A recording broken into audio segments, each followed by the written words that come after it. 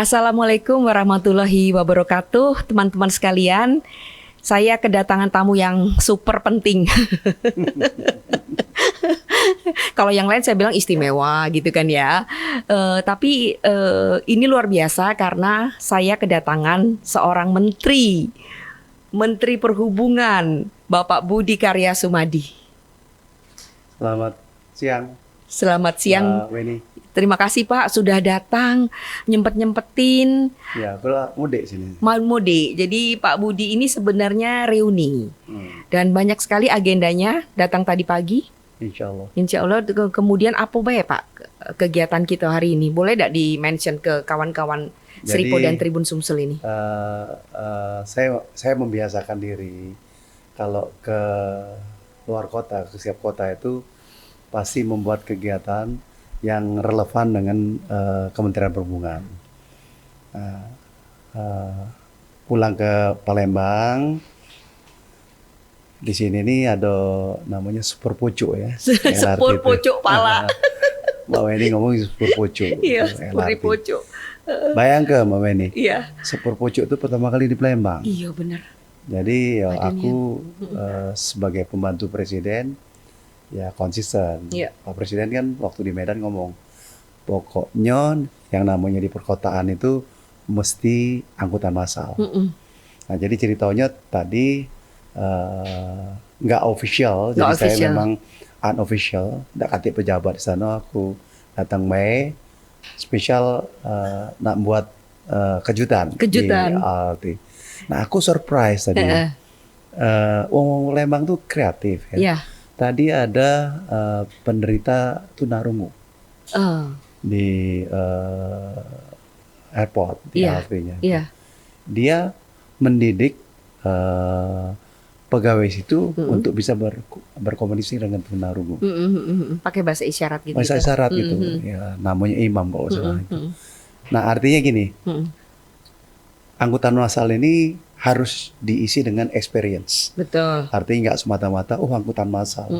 Kalau angkutan massal saja itu membuat dia itu hanya fungsional. Betul. Tapi tidak punya experience yang lain. Nah di LRT aku juga ketemu dengan Pak Yusuf dari Loh, itu Batu nama Raja. laki aku, bukan Pak? Bukan. Oh, bukan. Yusuf lah, pada ketemu aku lagi. Pak Yusuf tuh berdua sama anak-anaknya. Iya. Aku, kenapa kau tuh di sini? Naik LRT ini. LRT. Aku berwisata, Pak. Berwisata. Jadi aku ingat juga zaman kecil kalau diajak naik spur senang. Nah, jadi selain fungsi transportasi, LRT ini untuk Palembang jadi ikon karena punya fungsi wisata. Betul. Jadi dari pagar alam, dari Lahat, dari Lampung, dari Jambi. juga datang sini. Spesial datang naik itu. Tapi yang paling penting adalah dia harus berfungsi sebagai angkutan perkotaan. Nah, untuk menjadi angkutan perkotaan, kalau dia lonely sendiri itu nggak mungkin. Nggak mungkin. Jadi memang kita harus bicara mengenai antar moda. Iya. Antar moda itu dia harus ada feedernya. Iya. Nah, oleh karenanya saya dengan Wali Kota Palembang berusaha untuk mengembangkan feeder-feeder ini.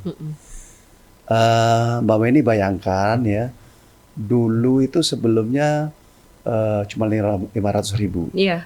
Ya, 2002 21,5 juta. Tahun ini 3 juta. Ya, artinya apa? Kita improve. Iya. Kerjasama dengan Kota Madya Palembang itu luar biasa karena dia mengeluarkan duit juga. Aku dari pusat, dia dari itu. Nah artinya untuk tidak apanya mungkin. Pak? Untuk apa ya? Subsidi. Oh, untuk subsidinya jadi Pemkot Palembang juga mengeluarkan uang ya untuk feeder tadi ya? Feeder tadi. Feedernya ada berapa Pak sekarang? Banyak nih ya, nggak tahu sampai dari hitung aku. Iya, dan asik ya sudah menghubungkan misalkan dari Poligon sini ke jadi Bumi Sriwijaya. Kalau dalam teoritis itu ada first mile dan last mile. Oh gitu. Apa itu? Dari rumahnya ya ke LRT. Dia pergi ke satu tujuan katanya 16 hilir, habis itu dia last mile, setelah kantornya di Jalan Merdeka. Iya. Balik lagi itu kan, terus balik lagi. Nah dengan itu 1 tahun naik 60% volume LRT itu. Jadi pusat dan daerah tidak mungkin tidak berkomunikasi, berhubungan. Kalau mahasiswa sama pelajar sebulan tuh cuma 25.000. Iya, sebulan cuma 25.000. Murah kan? Jadi memang anjuran presiden untuk angkutan massal kita dorong. Alhamdulillah wali kota sudah nyumbang juga feeder itu. Nah, banyak. Nah, kemarin aku telepon mandiri. Galak lah bikin, dia bilang. Aku galak buat, mau membuat tapi harus unik. Tahu nggak Gimana Pak uniknya tuh? kendaraan perkotaan seperti di Malina, jeepney. Terbuka kayak di Taman Mini gitu. Iya. Udah dia nak ngejo limo ya mandiri bukit asam ngejo dua. Jadi paling nggak 7 lah dalam 3 tahun mendatang, 3 bulan mendatang. Nah artinya memang masyarakat perusahaan itu harus mendukung angkutan massal. Kalau angkutan massal tercipta, satu, kemacetan berkurang. Betul. Yang kedua, polusi berkurang. Iya. Yang ketiga, duitnya juga Bisa kita hemat. hemat. Nah itu kira-kira. Iya, Pak. Dan lagi kan Pak Jokowi belum lama ini bilang bahwa karena penjualan kendaraan roda 4 dan roda 2 meningkat, itu mengakibatkan macet luar biasa. Ya. Dan untuk itu tentu akan didorong angkutan massal yang lebih luas lagi, kan gitu ya. Ya. Dan Palembang sudah memulainya terlebih dahulu, begitu ya. Jadi sebenarnya Palembang tuh diuntungkan. Betul. Ya. Bahkan saya secara ekstrim atau secara tegas mengatakan Palembang tuh bisa jadi kota percontohan. Dia LRT pertama kali, dia ada sungai, sehingga antar moda itu terjadi. Nah, saya pikir memang nggak mungkin pemerintah melakukan tanpa keikutan serta masyarakat. Nah, kita nggak tahu lah masyarakat tuh. Nah, ini angkutan massal. Palembang punya LRT. Nah, ini menjadi satu concern, apalagi memang menjadi satu godaan dalam tanda petik ya, membeli mobil sendiri, membeli motor sendiri, tapi itu mengakibatkan polusi, macet dan sebagainya. Jadi memang ada perimbangan lah ekonomi membeli mobil dengan bagaimana kita memperjuangkan angkutan massal supaya tidak macet dan tidak polusi. Oke, nah sebelum kita ke pertanyaan selanjutnya, ini perlu nih, masih banyak orang yang nggak tahu bahwa Pak Budi ini budak Palembang. Oh iyalah, budak Kabang Iwak Kecil. Budak Kabang Iwak Kecil, karena dari lahir sampai kemudian SMA ya Pak ya? Ya SMA. Pak Budi ceritain dong sedikit tentang masa kecil dan sebagainya. Nama bapak aku tuh Ais Madi. Beken juga sebenarnya. Beken. Kakanwil Depen zaman dulu. Iya. Tapi dia tuh guru. Jadi kita hidup secara sederhana. Anak guru lah. Anak guru sederhana. Tapi justru itu yang bermakna. Ya, aku lahir di Jalan Dr. Cipto sampai SMA. Nah yang unik itu, aku tuh anak jalanan. Wih gawat nih, Anjal. Anak jalanan tuh kadang-kadang jual sabun, kadang-kadang jual lilin, kadang-kadang mau masuk ke Bang Iwak Kecil, nyari iwak. Nah, Bu Sri Roso tuh kakak aku paling besar. Iya. Ya, jadi dia tuh lah marahin kau ini, nggak balik-balik. Karena nyari iwak. Adiknya nyari iwak. Berapa bersaudara sih Pak? Kita berlapan, saya nomor 6. Nomor 6. Jadi hampir bungsu sebenarnya. Hampir bungsu ya. Jadi Omi itu yang paling bungsu. Omi paling bungsu, perempuan. Iya. Pak Budi, oke. Apa sih kenangan yang paling mendalam tentang Palembang? Pak Budi ini kan rajin yang ngumpulin teman-teman di Palembang. SMP di SMP Negeri 1, SMA di Saverius ya. Rajinian Pak Budi ini ngumpul ke kawan-kawan. Ngapo Pak? Jadi saya melihatnya dari kehidupan pribadi saya dulu, bahwa kalau kita rutin bekerja itu kan ya pening malah ya gitu. Stres ya? Hiburannya itu tuh kawan ya. Nah kok aku dari Jakarta di Kagama aku pengurus ya. Pengurus Kagama juga. Jadi wakilnya Pak Ganjar aku. Terus di IKASA aku dulu wakilnya Yuktini. Sekarang pelindung di situ. SMP 1 aku galak ketemu Pak Joko. Pak Joko mantan asisten tuh ya. Jadi kita saling komunikasi. Jadi ini juga bisa menjadi contoh ya, bahwa pertemanan itu bisa membuat menghilangkan stres kita. Nah, oleh karenanya aku sering balik ke sini gitu ya. Kadang-kadang ketemu Sapirius, kadang-kadang ketemu SMP 1, kawan-kawan aku dulu, zaman-zaman dulu. Nah, cuman dia tuh kan mau gerot ya loh. Dulu Aku ini anak jalanan kan. Sekarang gak balik ya Pak? Nggak ada juga. Nggak ada sama juga. baik. Oke, Pak Budi, sekarang saya mau bikin semacam games untuk Pak Budi ya, supaya pembicaraan kita nih lebih menarik lagi gitu ya. Saya akan minta Pak Budi untuk memilih, tidak usah dijelaskan mengapa menjawab pertanyaan tersebut. Tunggu Pak, saya juga lagi mikir. Oke. Seneng naik pesawat atau LRT? Oh, naik LRT. Pesawat kan mahal. Gak usah dijawab. Oke. Seneng tempoyak atau steak? Oh, jelas tempoyak. Tempoyak ya? Steak tuh wong modern, kita kan wong kuno.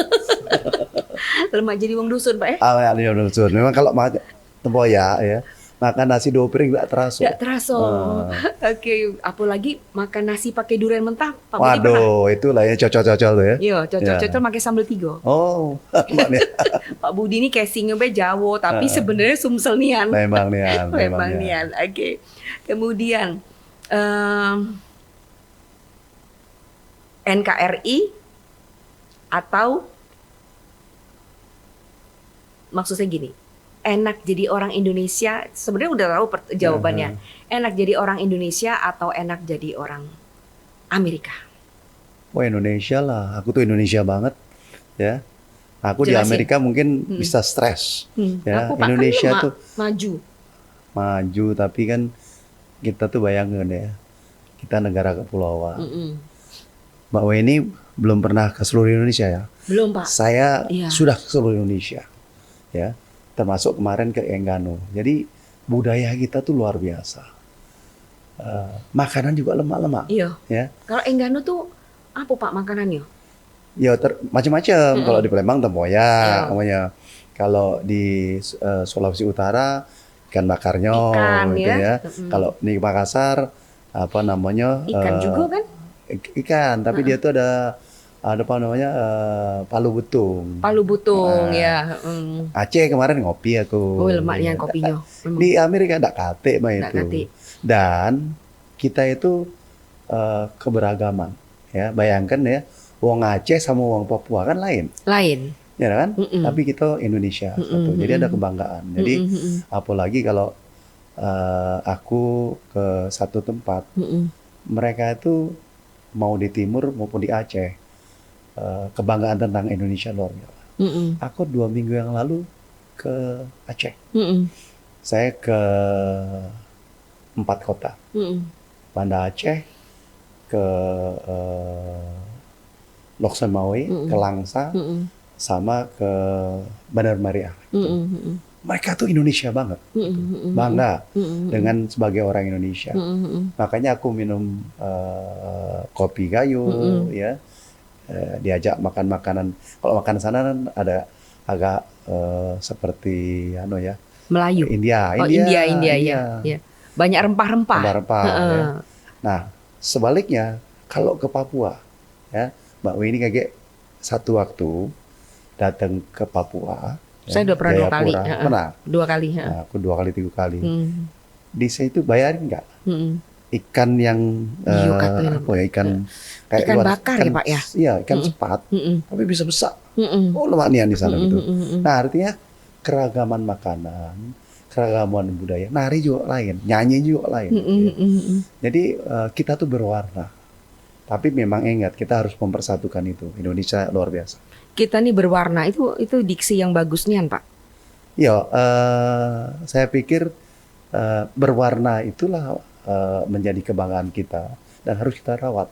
Karena salah-salah itu bisa dipecah-pecahin. Betul. Banyak wong Jawa, wong Palembang, ya, wong Papua atau Manado gitu.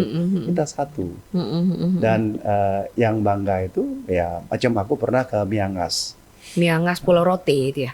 Miangas itu di pojoknya Manado. Jadi 500 kilo dari Manado, 50 km dari Filipina. Oh, dekatlah ke Filipina jadi. Dekatlah ke Filipina. Mm-mm. Tapi yang bangga itu budak-budak kecil itu Mm-mm. nyanyi mau bagimu negeri, Mm-mm. apa namanya Indonesia Raya, Mm-mm. Halo Halo Bandung, Mm-mm. masih bisa dengan fasih. Mm-mm. Nah artinya apa? Kita juga punya kemampuan dan upaya merawat yang sudah ada. Gitu. Mm-mm. Nah tinggal jangan mau dipecah belah. Mm-mm. Potensinya udah ada, kebanggaan sudah ada, tapi memang mesti dirawat. Mesti dirawat dan ini masih menjadi PR juga ya Pak ya? Ya. Masih menjadi PR Ya. kita. Oke, satu lagi, Ya, satu ya. lagi. Lemak lah, minum cendol, apa namanya, beras kencur.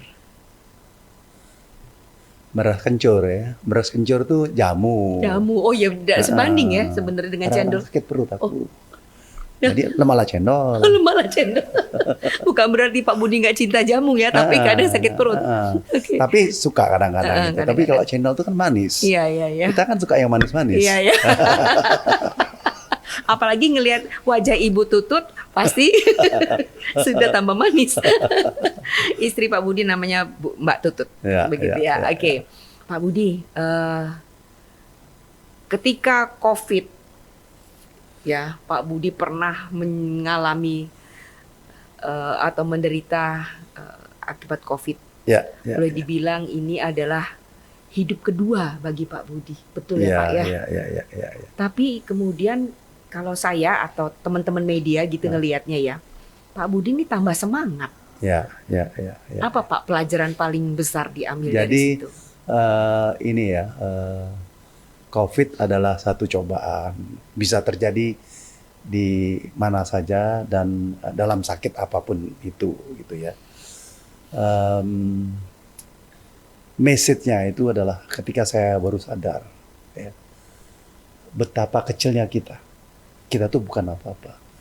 Jadi satu kali kita tiada, ya udah kita juga nggak berarti apa-apa.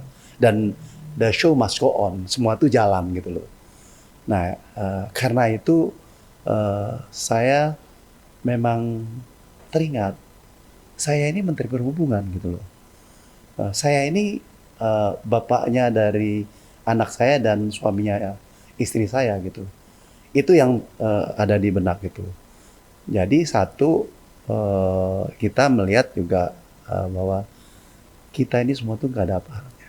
Di mata Allah ya, kita biasa gitu. Nah oleh karenanya jangan sombong-sombong gitu.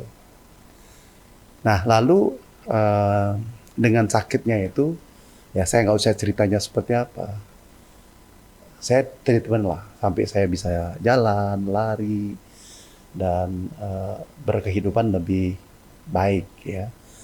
Nah Mbak Weni bayangin dulu saya itu tidak pernah olahraga, sekarang mau olahraga, makannya lebih bagus, sering nyanyi-nyanyi, kadang-kadang ngamen gitu. Jadi kehidupan itu lebih rileks, tapi terhadap tanggung jawab terhadap negara dan keluarga itu saya upayakan lebih dari itu. Karena pada saat sadar aku tanya-tanya sama anak saya kan, kamu mau apa? Gitu. Nah sebelum ini kan mereka tuh pengen bikin kafe. Ya. Saya nggak boleh, ntar lah kalau aku udah selesai menteri baru. Oke, setuju. Selama aku sakit aku desain Bu. Jadi saya pikir ya, sesuatu itu kalau kita bisa memotivasi diri kita, itu tuh mengobati diri kita sendiri. Juga pada saat pertama kali saya sadar kan, saya nyatakan di situ bahwa COVID adalah musuh, tapi yakini bahwa kita bisa menghadapi. Dalam satu wawancara dengan dokternya udah wong Palembang juga, dokter Maulidi namanya gitu. Dia WA, padahal aku gak galak tadinya dia ngomong, ya aku ngomong gitu. Terus satu kali Pak Presiden tuh telepon aku, Pak Menteri sudah sembuh ya, udah. Yang penting kamu nggak usah bikin kerjaan, makan aja yang banyak gitu. Jadi pesannya itu? Pesannya sederhana, jadi itu sedikit menghibur, nggak ditanyain, kamu nak mudik lah siap-siap loh, Enggak. tapi makan lah banyak gitu. Jadi saya dibesarkan hatinya. Jadi message yang lain bagi satu orang pimpinan, kita tidak usah memberikan suatu catatan-catatan yang direct, tapi message yang memberikan semangat itu akan lebih penting. Jadi sakit itu memberi arti bagi saya, ya mudah-mudahan lah saya bisa memberi sesuatu lebih baik untuk bangsa ini. Oke, keren. Pak Budi sudah berapa tahun ya bersama Pak Jokowi? Saya dari 2016 jadi 6 tahun. 6 tahun. Pak Jokowi baru akan berakhir 2024. Ya. Masih 2 tahun lagi. Ya. Dan kita lihat sosmednya Pak Pak Budi ini aktif nian. Pagi di mano pacak 5 kali sehari posting nyanyi Ibu Sri Mulyani. Kalau pagi biasanya diawali dengan melaku timik-timik. Ya. Melaku timik-timik itu artinya jalan kecil-kecil aja gitu ya.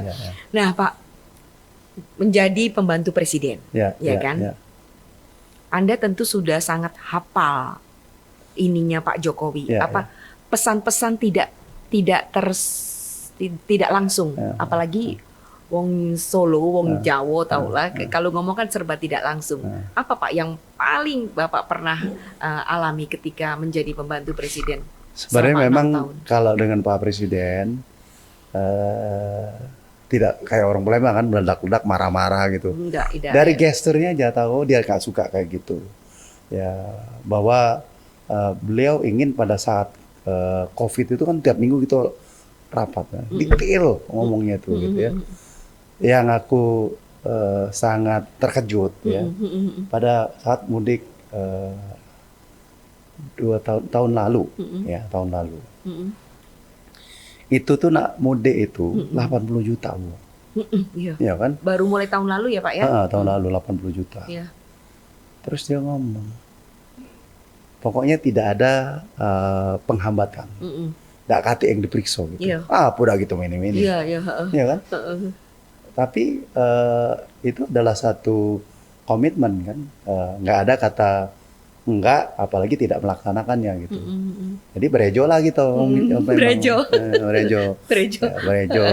macam-macam. Tapi semuanya itu ya, kalau komunikasi kita itu bagus, insya Allah ada jalan. Saya termasuk dekat dengan banyak pemret lah ya. Aku punya komunitas dengan pemret. Sehari-hari aku bisa ngomong apa-apa. Nah, justru keberhasilan mudik itu perintah Pak Jokowi karena komunikasi dengan pemret yang bagus. Betul. Satu kali saya pernah memerintahkan sesuatu dari Cirebon itu jam 12 malam. Aku kumpulkan wartawan.com. Bilang besok akan satu arah. Nah, kalau orang tidak tahu kan satu arah macet semua orang gitu ya. Nah, itulah yang apa yang di stylenya Pak Presiden sampai kita mengeksekusi. Ya paling-paling dia sekali-kali telepon. Kadang-kadang teleponnya agak kontradiksi dari pemikiran kita. Pernah ditelepon gini, Pak Menteri, itu pesawat rame nggak gitu? Saya dengan takut-takut ngomong kan, rame Pak. Wah itu bagus katanya. Waktu COVID ditanya COVID, gitu ya. Malah bagus. Malah bagus. Dan Pak Budi ngomong apa adanya. Ada apa adanya, sambil takut-takut. Makin banyak. Berarti apa? Ekonomi berkembang. Nah makanya COVID itu dengan konsep gas dan rem itu pas banget. Buka tutup ya. Dan Indonesia mungkin number one ya. Menyelesaikan ini kan. COVID. Cina belum selesai. Eropa dengan segala masalah. Jadi dalam membantu Pak Presiden, ya saya berusaha untuk kadang-kala mendengarkan perintahnya, tapi kadang-kadang melihat gesturnya. Melihat gestur. Gestur aja cukup. Ya untuk memberikan sinyal apa yang harus kita kerjakan. Jadi misalkan Pak Jokowi gini aja, Pak Budi udah tahu ya. Bedah Gembela tahu ya. Bedah Gembela tahu kan. Abu Diola kendak presiden ini. Oke. Pak, satu pertanyaan lagi. Kita udah 30 menit kali ya. Sudah ya. Satu pertanyaan lagi Pak. Sudah mau Lebaran, biarpun masih 2 bulan lah taruhlah ya. Nah ini lebih ini lagi nih, lebih terbuka lagi nih Pak. Gimana bisa ceritain persiapannya secara umum dulu? Saya sudah mulai ngomong dengan kami punya balai badan kebijakan transportasi. Dia itu kerjasama lah dengan grupnya Seripo di Jakarta tuh. Oh ya? Iya, pokoknya grup Ya. suatu grup yang besar lah. Ya, gitu ya, oke. Kita mengadakan riset. Ya. Riset itu hampir dipastikan akurat. Seperti juga kalau Pilpres. Tahun lalu kan 80 juta. Iya. Tahun ini akan lebih dari 100 juta yang pulang. Jadi bagaimana kita bayangkan bahwa kepadatan itu akan lebih dahsyat, ya. Kegembiraan itu lebih akan ada. Sebaliknya kita harus siap-siap. Nah, tapi saya bukan confident ya, berusaha untuk membesarkan diri, Membesarkan bahwa hati ya. mestinya kita bisa menghadapi itu. Nah, yang kita lakukan sederhana. Semua itu harus kita lakukan bersama dan kolaborasi. Macam dengan polisi. Aku sehari-hari dengan kakor lantas itu kayak kakak adik. Ya, jadi kadang-kadang aku main sana, kadang sini. Supaya apa? Kita terbuka dengan apa yang harus kita lakukan dengan Pak Menteri PU. Ubiang kita berdua. Oh, itu wong kita Wong ya deh. kita. Iya. Oh, Palembang juga. Iya. Pernah di Palembang juga. Iya. Jadi kayak malam aku ketemu jam 9 Iya. dia. Jadi komunikasi itu penting, kekompakan itu penting. Nah, kalau kita kompak, insya Allah bisa dilaksanakan. Nah, sebenarnya Palembang tidak ada isu kemacetan tidak. Yang akan terjadi kemacetan itu biasanya cuma 3. Satu di Cipali karena jalannya mengecil. Iya. Yang kedua di penyeberangan, ya, Bakauheni Merak. Yang ketiga dia pesawat di Ya. kita gitu. Jadi tapi yang paling seru adalah di Cipali. Karena jalannya kecil, wong yang nak balik banyak. Nah, itu mesti di manage dengan baik dan komunikasi penting itu. Ya. Oke. Jadi Pak Budi ini memang sebenarnya komunikator yang ulung. Insya Allah. Karena pandai sekali untuk boleh dibilang juga merangkul semua elemen. Ya, karena aku merasa perlu banyak teman. Perlu banyak untuk teman. menyelesaikan segala masalah. Tadi ada bagus tuh diksinya dari Pak Budi bahwa berkawan itu adalah satu healing. Jadi kalau orang healingnya pergi ke Eropa, aku kawan. berkawan, Ya, berkawan. Kadang-kadang kalau di Kagama, aku manggil budak-budak kecil itu Mbak. Dia manggil aku Mas. Iya. Jadi orang Jawa bilang jangkar. Tapi Jangkar. it's okay. It's okay. Itu bagian dari satu solusi dalam keseimbangan hidup saya gitu. Ya. Iya. Ini di sini ada kawan saya namanya Tony, dia tuh pemusik gitu. Iya. Ya aku aja ngomong gitu ya. Ada lagi anak-anak perhubungan yang seneng nyanyi, kumpul di rumahku. Iya, lemak nian, tahu mak itu ngamar dulu ya deh. Nyanyi juga kita di situ. Kaki kita nyanyi Pak di bawah sedenget beh. Pak. Pak, ini ada pertanyaan nih masih titipan ruponyo. Bapak inget kan dengan Pak Ishak Meki? Tahu. Ya. Kan Pak Ishak Meki sekarang di Komisi 5 ya Pak ya, untuk perbaikan Jalan Tol Kayu Agung. Nah, gimana nih Pak ininya? Jadi memang itu salah satu masalah di jalan tol. Kemarin di Komisi 5 dia ngomong juga. Cuman masalah yang harus diketahui oleh masyarakat. Ya. Di wilayah Sumatera Selatan ini, di bawahnya tuh gambut. Iya. Gambut itu tidak sederhana menyelesaikan. Kejadian ini bukan di Palembang aja. Saya ada kejadian di lapangan udara Samarinda. Nah, memang kalau gambut itu, jadi subbase-nya itu harus dikuatkan besar gitu. Nah, ini kan bukan tusinya aku, tusinya Kementerian PU. Cuman memang saya menyadari bahwa itu tidak mudah gitu ya. Jadi kalau kita di pemerintahan, di perhubungan itu, kalau kita kerja baik, ya itu memang gawain kau. Tapi kalau salah ditanyoi terus gitu loh. Itulah. Nah, aku wong Palembang ngajak ngomong, pahamilah itu, ya, bahwa memang ada tingkat kesulitan yang tinggi. Contoh, ya, kita tuh nak buat semacam jalan tol sampai ke Tanjung Api-Api. Mahal. Karena itu adalah gambut. Sehingga pancangnya mesti dalam. Jadi belum terjadi gitu. Kemarin Pak Ishak Maki, ngomong gak dengan Pak Menteri PNK? Aku ngomong. Ini tidak mudah, not easy. Karena ini kerusakan atau ya sedikit salah lah menentukan titik itu. Kalau di situ itu mesti istilah konstruksi apa? Slap and pile. Jadi dia tuh tidak bisa meletakkan di sini. Jadi pakai pancang dia kayak jembatan. Kalau dia taruh di semuanya, dia menambah berat sendiri, sehingga dia ambles.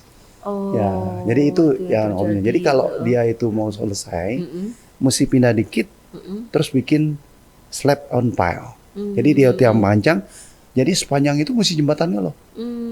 Nggak baca itu naruh sendiri. Jadi bawahnya tuh lembut kan. Kalau dikasih satu lapis, segini turunnya. Kasih 2 lapis, turunnya lebih banyak. Jadi itu faktanya. Tapi Pak Ishak Maki oke. Ketemu aku di Komisi 5 terus. Ya. Oke. Masuk Palembang juga. Masuk Palembang juga. Kemarin juga Pak Edi Santana kan kesini tuh. Kami undang podcast juga menyebut nama Bapak karena termasuk di wilayahnya Komisi 5 ya. Oke. Tanjung Carat. Kalau Tanjung Carat tuh ini. Jadi Pak. Jadi cuman sedikit complicated karena pemerintah daerah tidak bisa diberikan kewenangan oleh Kemendagri dan juga oleh DPRD. Jadi ceritanya ini lagi kita upayakan dikoordinasikan dari pusat. Ya, tapi memang ada setback sedikit, tapi kita mulailah anunya gitu. Jadi Kemendagri itu tidak memberikan rekomendasi, terus yang lain ada bylaw yang tidak mungkin dilakukan oleh daerah, sehingga tanahnya udah dikasihin kita dan kita akan jalankan. Insya Allah jalan lah.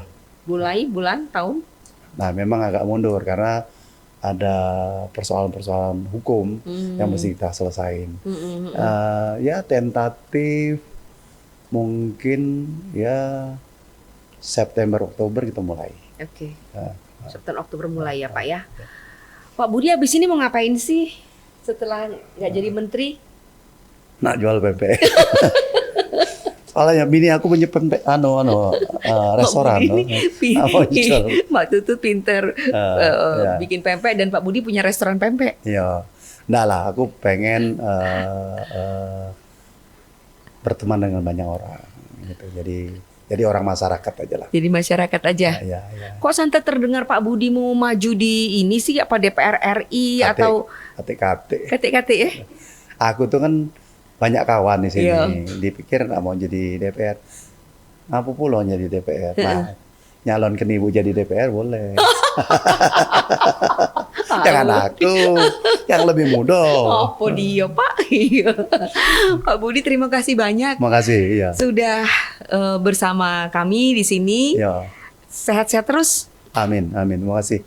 Semakin dipercaya oleh Pak Presiden. Ya. Tribun dan Seripo top. Terima kasih banyak Pak Budi sekali lagi. Wassalamualaikum warahmatullahi wabarakatuh. Waalaikumsalam.